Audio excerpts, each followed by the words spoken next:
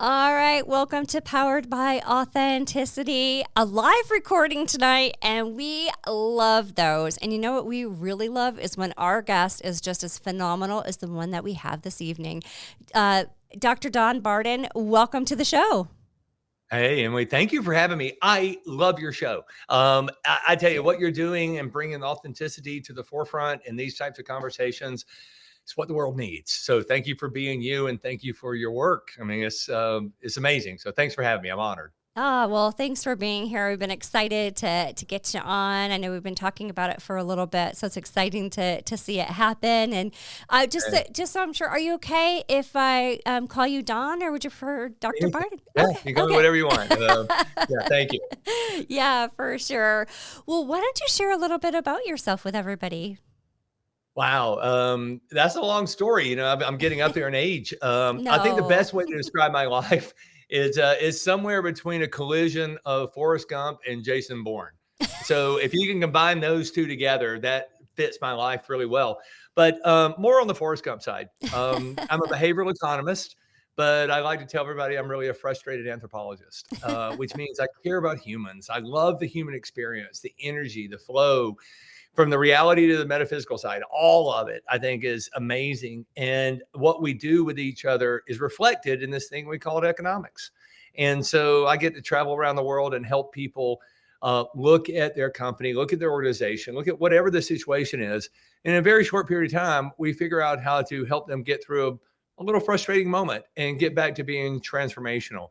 But it's all about data. It's all about economics. It's some of the things that you might not think is very sexy, but when you see it operationally help people out, you see them grow, you see them give back more than they ever thought they could give back. Yeah, That's what gets us going. So we really enjoy what we do. that's great. How rewarding. Like to go in and to be able to help people is just such a rewarding place to be. Yeah, it is. And it's amazing because in reality, it's about somebody had a dream at some point, a business owner, a creator. She probably sat there one day and said, I've got this really cool idea. I wonder if it's going to work. And you get out there and you start doing it and you realize that two is better than one. And it takes more than just yourself to be able to figure it out. So we're honored when they reach out or we stumble into them or however we meet and we get to help them kind of move on. Yeah. I tell people we try not to be motivational. We love to be inspiring Yeah. because that means to breathe into to help them out. But motivation is short. It burns out, and you got to restart it every day. But if we can inspire somebody by all of our experiences, I think we operate in 39 countries now, Oh, and if we can help people and show them a way that somebody else has probably done. There's no yeah. new ideas, but they can be inspired because it's spoken to them about their dream and their vision of where they want their organization to go. And then they're human centric and they care about giving forward, not giving back, but giving forward without any expectation of anything in return. We got a great fit. So Right. yeah, it's very rewarding. That's amazing. I can't wait to dig into that. It's exciting to me also to hear about how, cross connecting certain verticals as well. Like I've learned so much from people who are out there like making charcuterie businesses, but they're struggling the same way as I am. And when you put those minds together and support one another, it's very cool. So Oh yeah, we all struggle. yeah. Anybody who says that they don't, they're in trouble. And Yeah. it doesn't matter who you are. It's hard, and life is hard. But if you approach it with gratitude, and instead of looking at anxiety, you look at curiosity, and which is what I think anxiety is Yeah. in the business world. Not, I don't want to get into that type of doctoring on but most of the time, businesses when they have anxiety or the business owners are worried about something, it's not really an anxiety. It's an alarm going off in your head saying that, hey, it's time to get creative. Don't worry about tomorrow.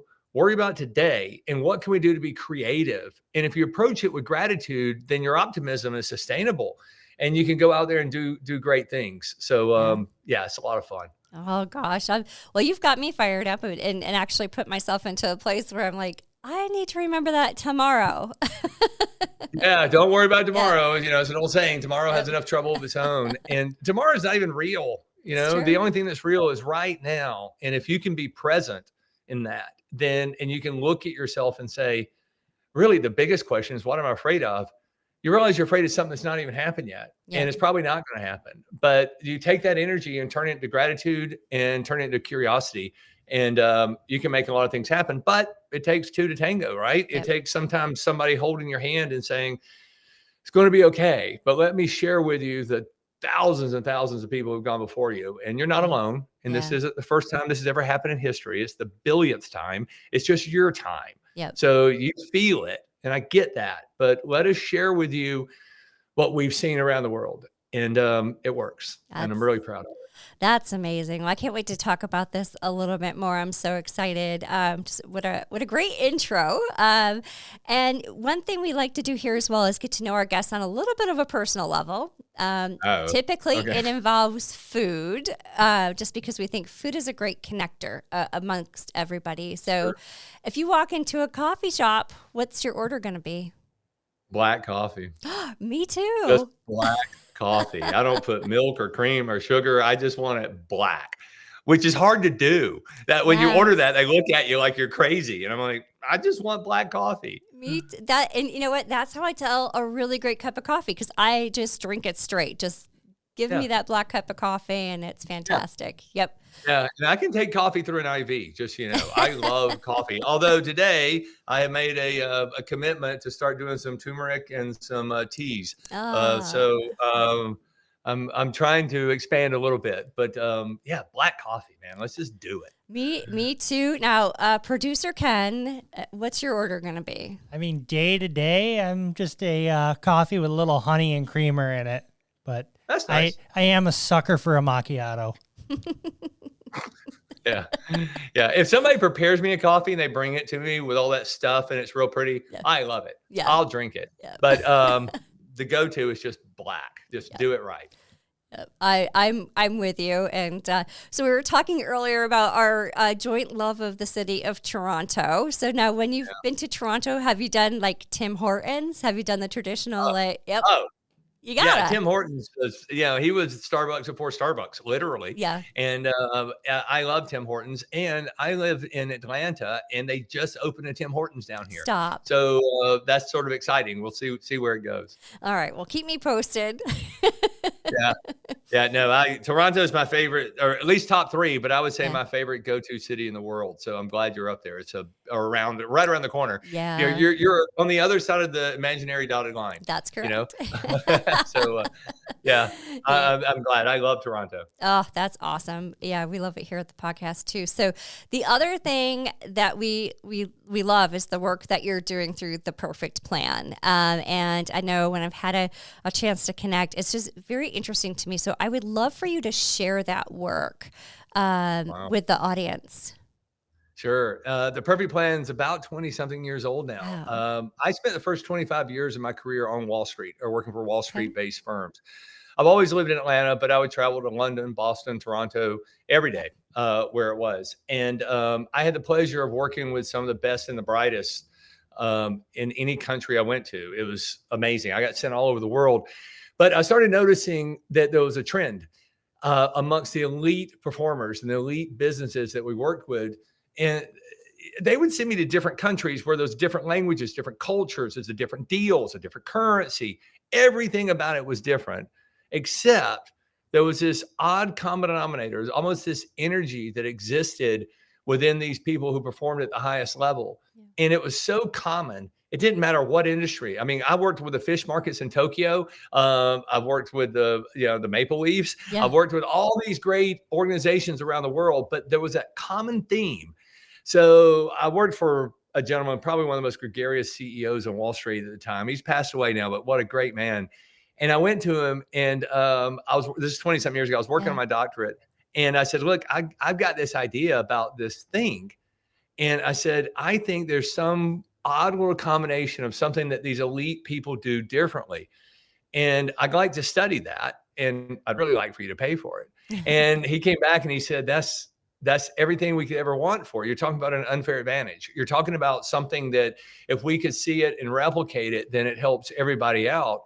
And I said, yeah. So we spent 4 or 5 years studying while we had a real job and talking to people all over the world about what made them different. And we figured it out. We know the formula, the secret sauce of what the elite performers around the world do differently.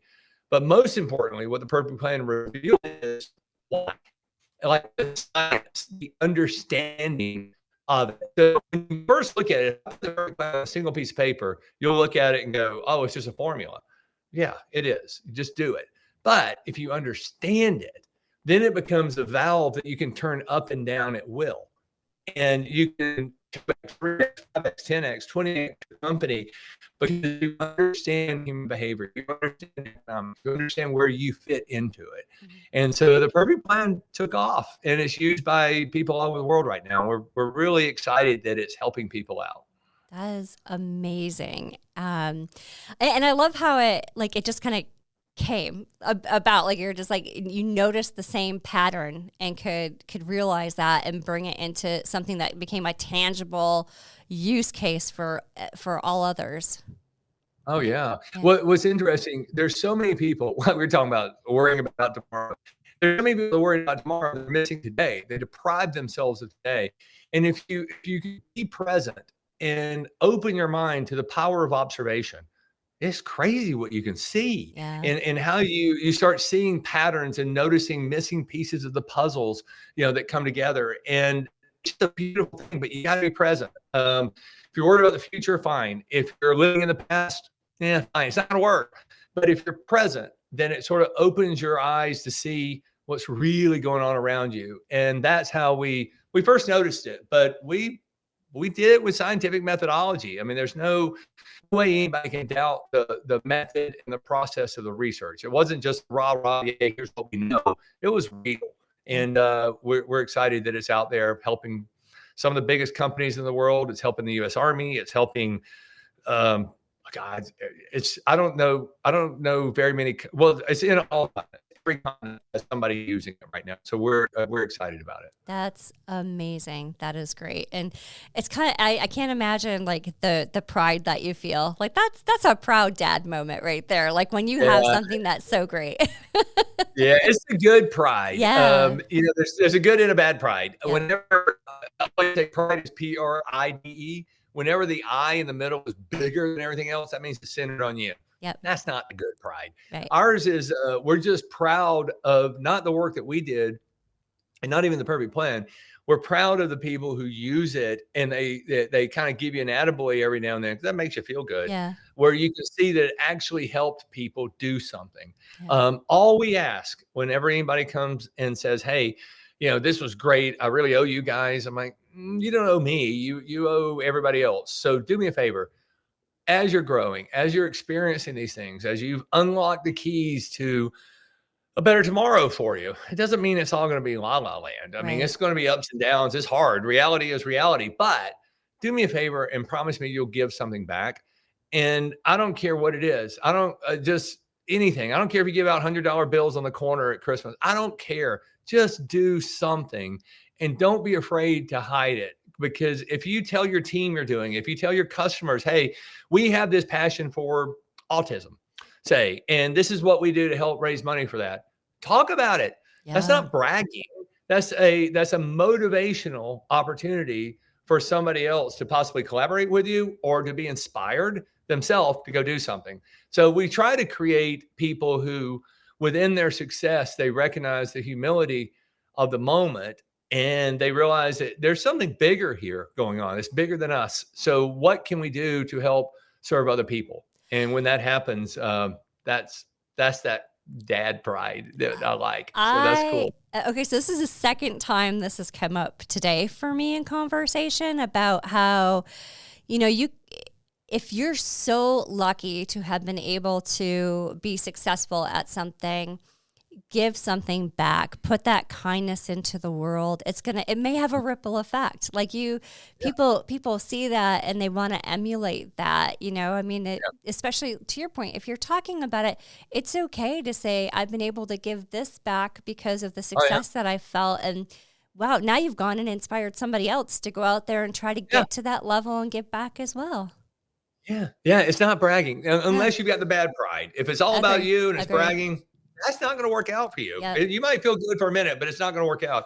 If you're doing it because you're really giving forward without any expectation of anything in return, The universe has a way of making that happen again. Yeah. So it's a wonderful thing. But the second you bring fear into it, you worry about tomorrow, you lose your presence of today, that stuff comes down on you. And then you have to scrap back to make it happen again. And we've all been there. Yep. Nothing wrong with it. But, it's just a mindset and how you approach caring for other people. And that's really what the best people in the world do.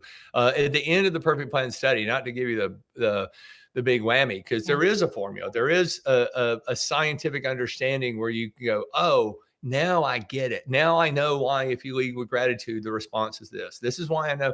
So you go through it, but this is this unbelievable approach that no matter what the people we studied did, their conscious belief, their heartfelt response to life was to get up and run to work, not to make a lot of money, but to serve other people, their customers, their employees, their family, their community. It was never about what they did for a living. It was about who they were in the process of that. And then you combine the science and you see that they're all following a pretty routine, predictable methodology. It's like, oh, but that's not the key. The key is their heart. Yeah. And that's where it all falls in. Oh, you're speaking my language. Well, it's authentic. I mean, you got it in the title. I mean, if you're authentically you, the power that comes to you is universal. I mean, it's unstoppable. And but it depends on and whatever fog you need lifted or however you want to do it. And we do that a lot. Yeah. There's plenty of great organizations we work with that are just frustrated because they've kind of come up on a wall. And frustrations lead to breakthroughs, but you got to be open to it. And sometimes you got to have a partner. You got to have somebody that's going to grab you by the back of your belt and pull you back a little bit and say, look, it wasn't as big of an issue as you thought. Let's go around it, over it, through it, break it, whatever, and get back on that path of why you're here. And it's a wonderful, beautiful thing. Yeah. Oh, that's great. And the Perfect Plan, that is available out like on Amazon and your website and things like that for everybody, right? Yeah.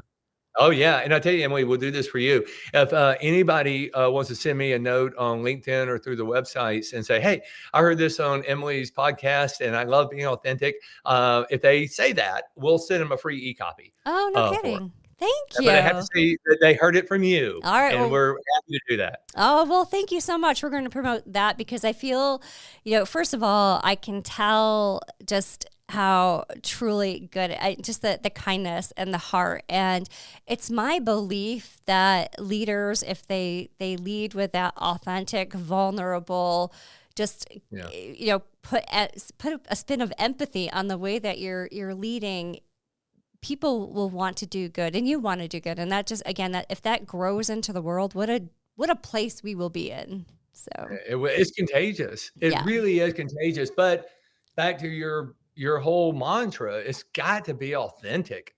If you're not authentic, you're just going through the motions, you'll see a little movement. It'll be okay, but it's not sustainable. If you really want to do it, you've got to be authentic and be willing to put it out there and great things happen. But now we know the science and we know the methodology, and that's what Perfect Plan was always about. That was it. All right. Awesome. I love it. Well, and now you have a new book coming out or is out. I'm sorry. Oh, it's out. Yeah. Here Comes the Girls. Okay. So I'm especially vested in this because I am in IT. Yeah. I am continually the only female in so many different meetings, and just it's a tough industry. So I'm truly vested in hearing about this book and this perspective, and really having the females in 2028 to start to take over the world. I love this. So share a little bit about this book. Yeah.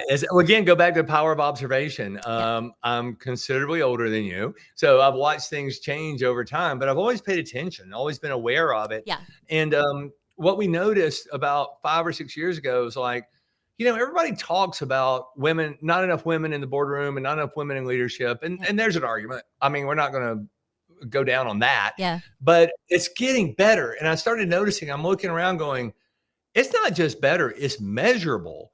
So I started looking at it from a side. I put my nerdy doctor hat on and I said, okay, how can we look at this and see if it really is a phenomenon or if it's just a blip in the system? And so we went back to the perfect plans mindset and said, if you're going to approach something so not out there, but so almost polarizing, to be honest with you, and because a lot of people aren't going to believe it, they are going to believe it, they're going to want to do it, they're going to get in a fight, they bring back the past, it's just it's crazy. Yep. But I'm like, you know what, if we can do this as another doctoral study and really focus on the data, not the dogma, the data, what will that tell us? And we did, and we studied it for 5 years. We talked to female leaders all over the world and asked them a very simple, open-ended, phenomenological methodology around transformational leadership and said, what's happening here? And as we started studying, just a nerd out again, if any of you Big Bang Theory people are out there, science, when you're going into a project like this, is going to divide you into either quantifiable or qualifiable. Quantifiable is the numbers, where you just look at it and say, every year it goes up by X%, and here's why. It's just numbers. The other side of it, qualifiable, is about the quality of it, and it's around the phenomenon of it. Those two never come together. Occasionally, you'll see one that blurs, but you're either going to go with the numbers or you're going to go with the phenomenon, not in between. As we were going with the numbers and realizing, holy cow, this train has left the station. It started in the 50s. We know how we got to where we are today. Today, just, the end of 2025, it's already around 42 to 46% of the world is run by women. We did the math, and the tipping point happens in about another 11 to 12 months. In 2028, it's going to flip over. So the vast majority of businesses, and I mean from the local deli to parliament, is going to be run and operated by women. That's the math. You can't stop it. It is here. Don't argue. It's just going to happen. And if you open your eyes, you can see it all around you. Mexico just elected its first female president. Japan, its first female prime minister. I mean, it's happening everywhere.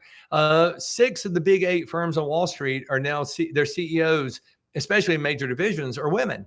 And the other 2 that aren't, they're just waiting for the old dude to die. I mean, he's just been sitting there for so long. So it's coming. You can't deny it. But then something happened. We had this kind of heartfelt tugging about the project where it's deeper than the math. There's a thing in science called the null hypothesis, which is usually around math. And it usually means yes or no, good or bad. Like if we do a study on hitting your hand with a hammer and it hurts, that's good to know. Don't hit yourself with a hammer, right? Okay, we've established something that no is just as good as yes, because no means you don't do it. That takes courage on a subject like this. So we looked beyond it, went to the qualifiable side and said, okay, this phenomenon, let's ask a very tough question. We can prove mathematically that women are about to take over leadership in the vast majority. We can prove that by 2032, which isn't that far away, it's going to tip into between 68 and 72%. So it's not just going to be a little majority. It's going to be a super majority that's going to be run by women. But the hard question to ask, and we did, was, okay, ladies, are you any good at it? That's a real question, right? Okay, you're going to take over leadership. Are you any good at it? And that's where I get so excited. You're not only good at it, you're great at it. And what we realize is if you put a male-owned business right beside a female-owned business, same geography, same product, same everything, so it's controlled. The female business is going to outproduce in revenue and in profits 3 to 1 over the guy. More importantly, her workforce, which here's an interesting fun fact, the average American worker right now is 39 years old and they change jobs every 3 years. So by the time they get used to the job, they've already moved on to something else, unless they work for a woman. They're still 39 years old, but they stay an average of 6 years. So you have 2 times the retention. But then here's where it gets really interesting. There are people that will argue it's good to turn people over, right? Because they lose it. Nope, not if you work for a woman. We found that these people that go from 3 years to 6 years under female leadership, their production actually goes up in years 4, 5, and 6. And when they do leave, they leave with a bunch of hugs and come back and say, I'm only leaving because it's the right thing for me and my family. because I've been working here and you created such an opportunity for me to grow as an individual. This is my dream job. Yep. And they just hug it out. People aren't leaving because they're mad. They don't like their managers. Yeah. I'm sure that happens sometimes, but they're leaving because the seed has been planted in them. It's so enriching because of her leadership. They can go like in giving, and the ripple effect starts to happen. And then the final thing we learned on it, we do know her methodology. We know female methodology. And we also know it's not a girl thing. It's just something girls do. So we can teach guys to do it. So when you combine that thing of this incredible phenomenon that says it is mathematically going to happen, and then we go back and say, oh, by the way, it's not just a good thing, it's a great thing. Here's what she does and how she does it. So if everybody figures this thing out, think about what's going to happen to the economy. And what we're forecasting is a minimum 3x growth between now and the year 2032. And that's minimum. Yeah. There's some we've got some arguments that we can put out there that it's going to be 3x cubed thanks to the women. Yeah. And it's because women love to collaborate. And when a bunch of organizations are collaborating together, they're growing together. So say if your business grows 20%, the next business goes 20%, the next one goes 20%, you can't add that together. Percentages don't add together. You have to multiply them. So you start seeing an exponential thing. So buckle up. The economy is about to get real good because of women. And it's just a game changer. And we're so excited to be out there sharing the news with everybody. First of all, I love it from many different aspects, but the one thing that I've always said is that under female leadership, people are innovative. Because to your point, they're collaborating. They're thinking about different ways to approach it. And truly, when you have that cross-representation in a room, when you're trying to create new products, when you're trying to take new things to market, it's just such a different experience. Yeah. Yeah. It's insane. It really is. And the way it's actually, to be honest, to be straight up, there's like a perfect storm happening right now. This started in the 50s and has been working its way up for a long, long time. And a lot of women put in a lot of hard work, sweat, and tears. They fought it, but we're kind of over that hump. It's still out there. There's gonna be some women say, yeah, but I get it. There's some jerks in the world, right? There just are, but that's not a male-female thing. That's just a life thing. So I get it. But these young girls that are coming into a completely different social conscious than what those other ladies had to fight through. So I'm honoring those women who fought and fought and fought to get to a dream that they had. But the reality of what they created was that these younger ladies coming in now have a better and easier opportunity to accomplish the same thing faster. Yeah. And in doing so, they're going to change the world because simultaneously, a social change is happening within our group consciousness. And that's a very real thing in economics. In fact, when I get interviewed and I got to put my nerdy hat on and talk only about economics, people always ask me what the most important thing is. And I'm like, confidence, consumer confidence. If the consumer feels good about something, they're going to figure out a way to make it happen. Well, the consciousness of our economy, the consciousness of our people right now is changing in ways that we haven't really seen before.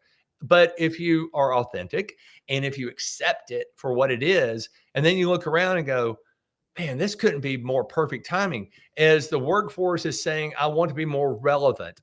I want to be a part of something bigger than myself. Yeah. And I believe that we can partner together. At the same time, women are coming in with the ability to be sympathetic to a problem, empathetic to the person, but empowering in ways that traditional patriarchal male systems don't do, only because we were trained not to. It's not like guys can't do it. They were just trained not to. But when you got a workforce that feels that, then they really are saying, hey, when I'm working for her, I feel seen, heard, and understood. And that means they're valued. Yep. And when a workforce is valued and they're empowered, get out of the way. Yep. They're going to do great things. And one of my favorite sayings is your energy arrives before you do.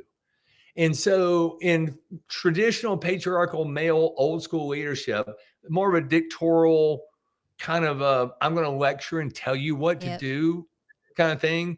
That's an energy that this new generation of our planet is not digging. They want a heartfelt connection. Yep. They want to feel good about it. Then all of a sudden women are coming in at the perfect time and just being who they are. And so we're seeing all these things come together right now that's creating an economic soup. It's going to be bigger than the industrial, the agricultural, and the dot-com revolution combined. That's how powerful this thing's going to be. It couldn't be better Amazing. timing. Oh, that's, I mean, I'm fine. I was sitting here, I have so many different thoughts. So one is that you were talking about the feelings when somebody walks in the room. And, I think we've all felt that. We've had a leader who, even when you see their name pop up in email, you're like, oh, I don't want to respond to that. Like, I know it's coming. Your energy arrives before you do. Yeah. There's no way around it. And it's not goofy. It's not weird. It's just, that's the truth. And what you're expressing, and everybody's been there. Yeah. You have a visceral reaction to something because that energy is there. And a lot of times, most people, and I've learned this, and if people follow me on TikTok, you can see we talk about all these deeper lessons around leadership and things. And what we've learned is that a lot of people they don't want to look weak. So they put on this facade. Mm-hmm. And what we've learned is that's not what it's all about. They don't care about looking weak. They don't want to feel weak. Right. And so because of that, they put on a mask and they do stuff, and that energy, that fear goes out, which causes them to react. And if you listen to my work, we talk about this a lot. There's a big difference, and women do this beautifully. There's a big difference between reacting and responding. Mm-hmm. If you react to something, it's usually from a foundation of fear. Yep. And you're worried about the future, you're worried about something, and it causes you to react. Now, I'm going to put an asterisk on that. If a T-Rex breaks in the room and is coming at you, react. Go and react. That's fine. Okay, but that's probably not going to happen. So I get that. But when you respond, don't react, respond. Response comes from the heart. That is your energy. That is your love. So when you see old patriarchal systems, mostly men, but some women too, and they're constantly reacting, that fear gets out there beforehand, and people feel it, and then they cause a reaction from it. But what we're seeing with this new consciousness in our society and in the workforce, what they're asking for from leadership, and what we see women doing so radically different, is not reacting, but responding, and responding from a source of love. And that way, when her energy gets there, you got a team of people that are so willing. And then when they feel seen, heard, and understood, and she empowers them, they do fantastic things on their own. And it's a shift that's happening. It's both social, economic, metaphysical, everything is coming together at the same time. And when you combine that with the quantifiable, the math of women hitting at the perfect time, whoo, it's going to be fun. It's going to be great.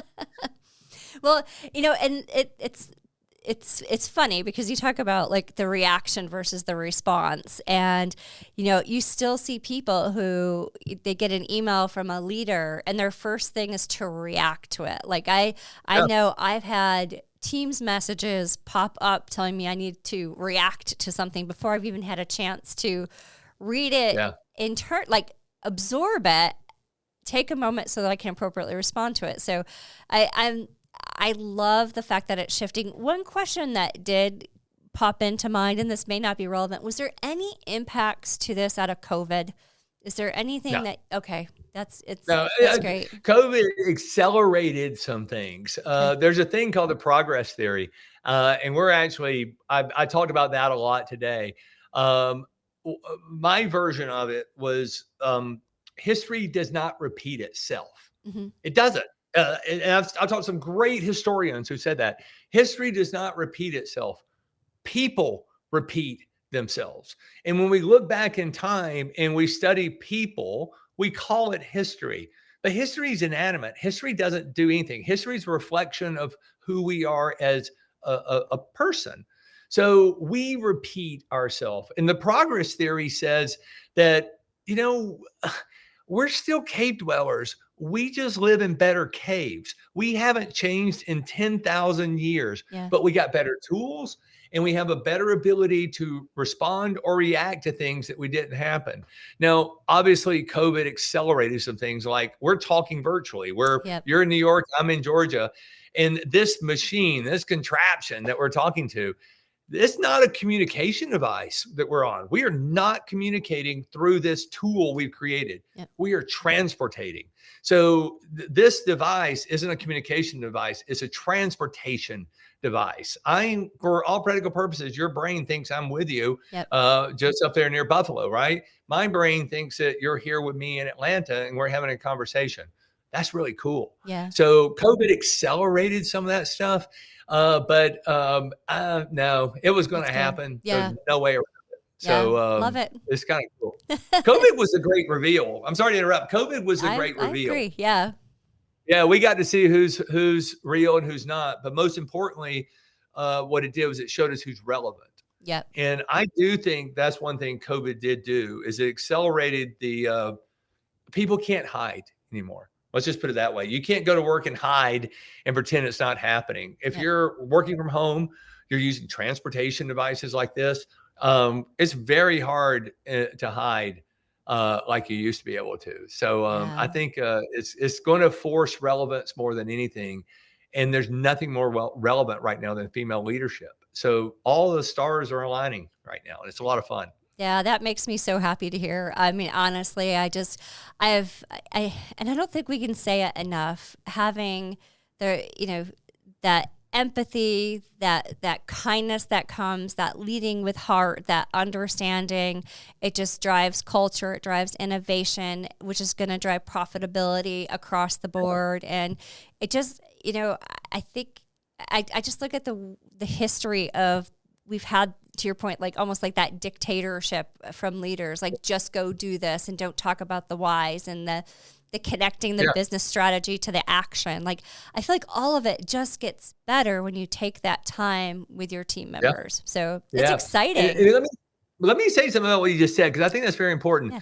We look back, and one thing I stress to my clients on an interview like this, and when I teach, when I put my professor hat on and teach, I beg people to take a minute and breathe and absorb this concept.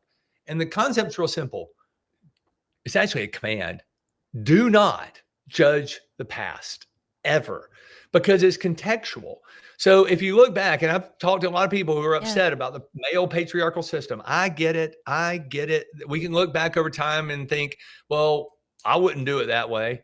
Well, you don't know, do you? Because you weren't there 200 years ago or 500 years ago or whenever it happened.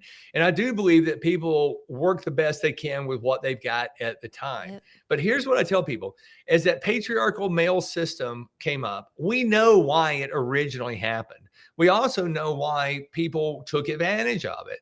But the reason we had male dominance in a hierarchical system of leadership is because of one thing and one thing only, and that's red muscle mass. I mean, I'm probably better at cutting down a tree than you are. I could probably plow a field better than you. I might be able to fight the bear better than you, which in reality, all you got to do is outrun me. I can lose and you're still better off, right? So when you look at that, you're like, okay, he had his role and she had her role. Yep. And that's the only thing we had. But now, because of these transportation devices, because of our ability, because things are changing, there's no need for that separation. So the rise of it, we started in the 50s, is becoming very, very important right now. But I stress that. And here's why I stress, do not judge the past. And this is sort of a brain screw, but I tell people this all the time, especially students. The reason you don't judge the past is because you are the past of your future self. Think about that. Your great-grandchildren are going to look back at you and judge you. And they're not going to be able to understand why we did things the way we do. Like in medical science, we think we're the most advanced in history. And that's probably true. But our great-grandchildren are going to look back and go, ooh, they did surgery? They cut into people? They used stitches? They couldn't just grow it? Those barbarians.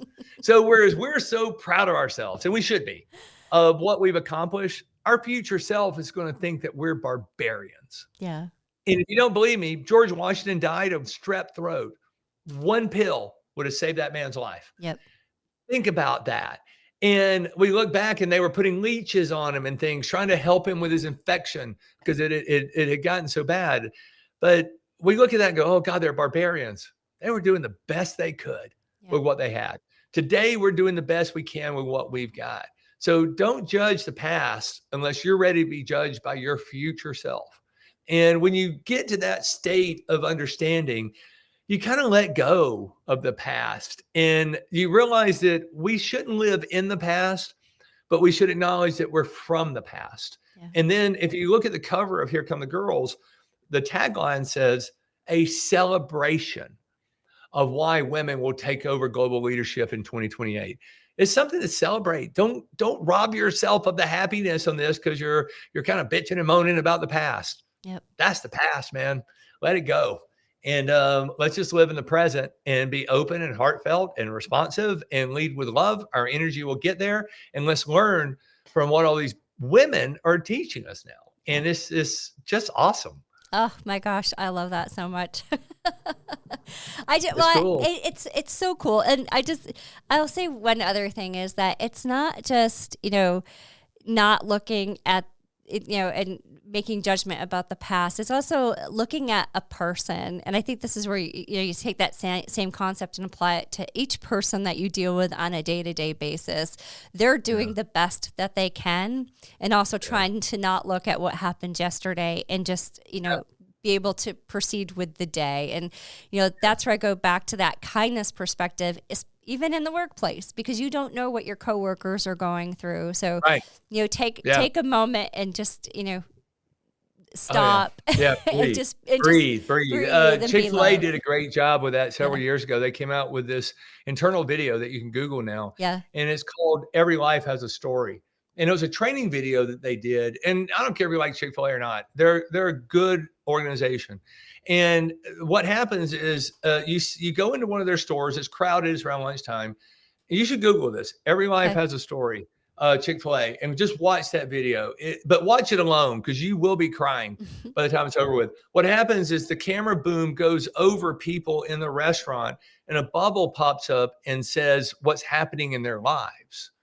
And you're like, oh. And like the first guy just lost his job and he's struggling to get by. The second girl they showed just became a U.S. citizen. So you're happy. Then you see an older couple walk in and they struggled with cancer, but now he's cancer free. So they're happy. And then you see this mom sitting, a single mom. I get real emotional about single moms, but you see her and she's just struggling, she's trying to make ends meet. And then you see this little girl, and it's a Chick-fil-A for God's sakes. You see this little girl walking in and the bubble pops up and says, Mom died during childbirth and Dad still blames her. And you're sitting there going, my God, where is this going? Yeah. And then you realize at the end, everybody has a story and you don't know what it is. But what Chick-fil-A was trying to get to their employees, which the average age is 17, by the way, they're trying to teach them, you've got a little moment, a 2-minute moment with everybody you meet.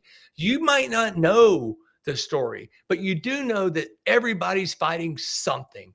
And if you can approach that with response and love, and you can give them a smile just for a second, it's never about the chicken sandwich. It's about that human engagement. It's about the response. It's about your energy being there. And they do such a good job of that you look at it and go, wow, that's pretty hard punching. Yeah. Oh, no, it's not. That's life. Yeah. So if we take a minute back and realize what we're here for, man, you can't stop it. Yeah. So it's great. Yeah. And so I get upset about single moms. The thing, you mind if I tell you real quick? I don't know. Please tell me. One of the big aha moments was in the study was the power of single moms.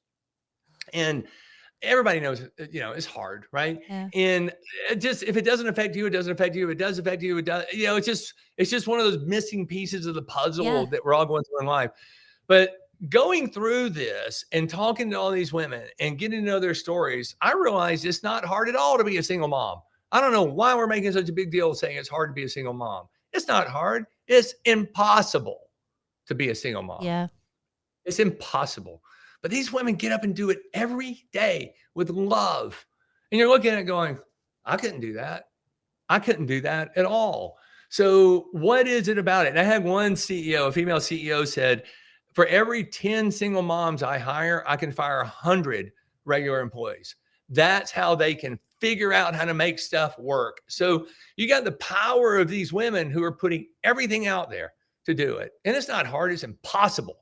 And they're doing it. Yeah. So give them a break, give them some flexibility, give them what they need.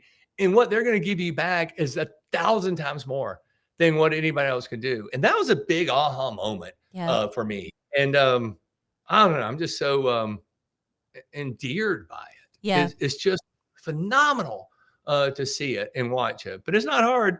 It's impossible. And they do it. And, you look at just the spirit of the single moms out there who are getting up far before most other people are getting up in the morning to try to take care of themselves a little bit, try to take care of their children for sure, and just then go and make an income so they can put food on the table, so they can turn the lights on. And they're so full of human spirit and kindness, and it is tough. And I'm in awe of how people are able to do that. But that's just pure work ethic, putting your heels down and just getting things done. Yeah, you can't stop them. You cannot stop them. But I tell you one thing that I learned on that is a tweak in words that applies across all leadership. Single moms have an unbelievable understanding of the difference between intentions and goals. And we learned this in the study that it's sort of not good. It's not a mistake, but I would recommend you not. When people go out, and I'm guilty of this, I am so guilty of this. When you say, I want to be intentional about having coffee with you, black coffee with you every Monday morning for a few minutes.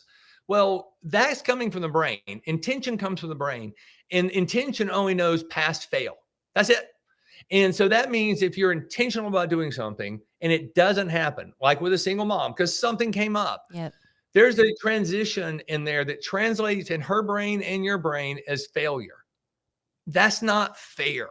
Yeah. But when you look at it like, oh, no, I'm not going to be intentional. I'm going to have a goal. And because goals come from the heart, goals are adaptable. Goals can be moved. Goals can adjust. If you say, I have a goal of having coffee with you every Monday morning before we start the week, and it doesn't happen, that's okay. You move it, you change it, you're flexible around it. But when it comes from the heart, the goal is a response. Intentionality comes from the brain. And then when it hears the no, it interprets it as a failure, which creates another flow of energy, which gets there before you do. And you're going out and doing it. And I think these single moms inherently, whether they can articulate it or not, it's the power of women in leadership.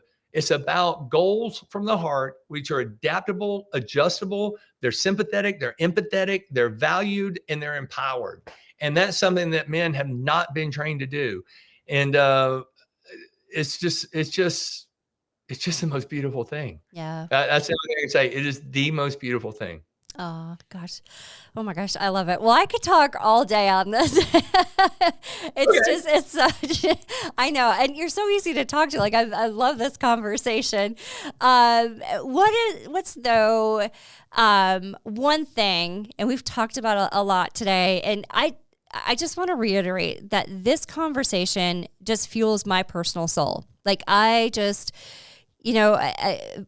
because of many different things, not just because as women, we're starting to see the turn of the, unbalanced workforce that's been out there, and, the lack of female leaders, but the true identification that female-led organizations succeed, and it's okay to lead with heart, to lead with kindness. Like, so all of this just feeds my soul because it's things that I happen to believe in very much.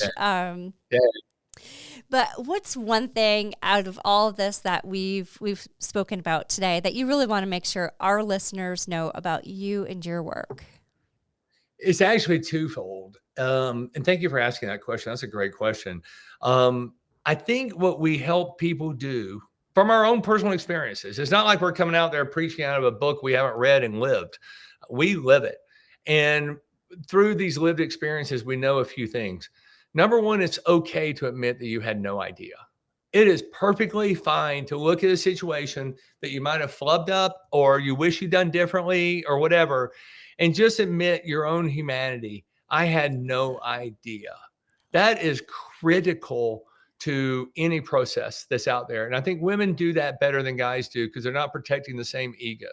So the ability to say, I just had no idea.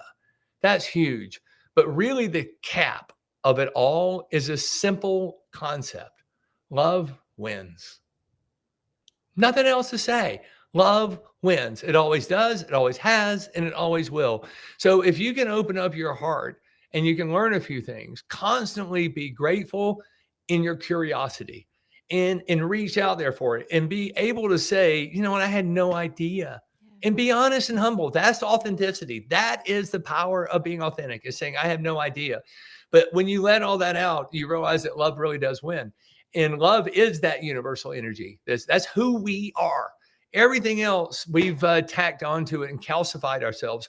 When the reality is, if we just are humble, if we're authentic, and we believe that love wins, we have the power of observation and we look around and go, this is a cool life. And I'm really enjoying it.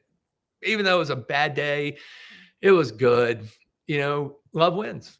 And I think that's the message. Oh gosh, that's perfect. I just, again, you're hitting all for my soul. This has been a very rejuvenating conversation. So it's wonderful. What is something that myself and my team can do for you at Powered by Authenticity? Anything we can do to help? Oh, keep being you. You are so needed in the world. Keep talking, keep telling the stories, keep getting out there. And seriously, just be you. Be free to be you. But I will tell you, it's not just perfect plan. If any of your listeners send us a note on the website, which is donbarden.com, or look us up on LinkedIn and send me a note and said, hey, I saw this on Emily's show, I'll send them a free e-copy of The Perfect Plan and Here Come the Girls. Oh, and perfect. I think Here Come the Girls was #1 on Amazon for about 15 weeks earlier in the year. Gosh. So it's a good book.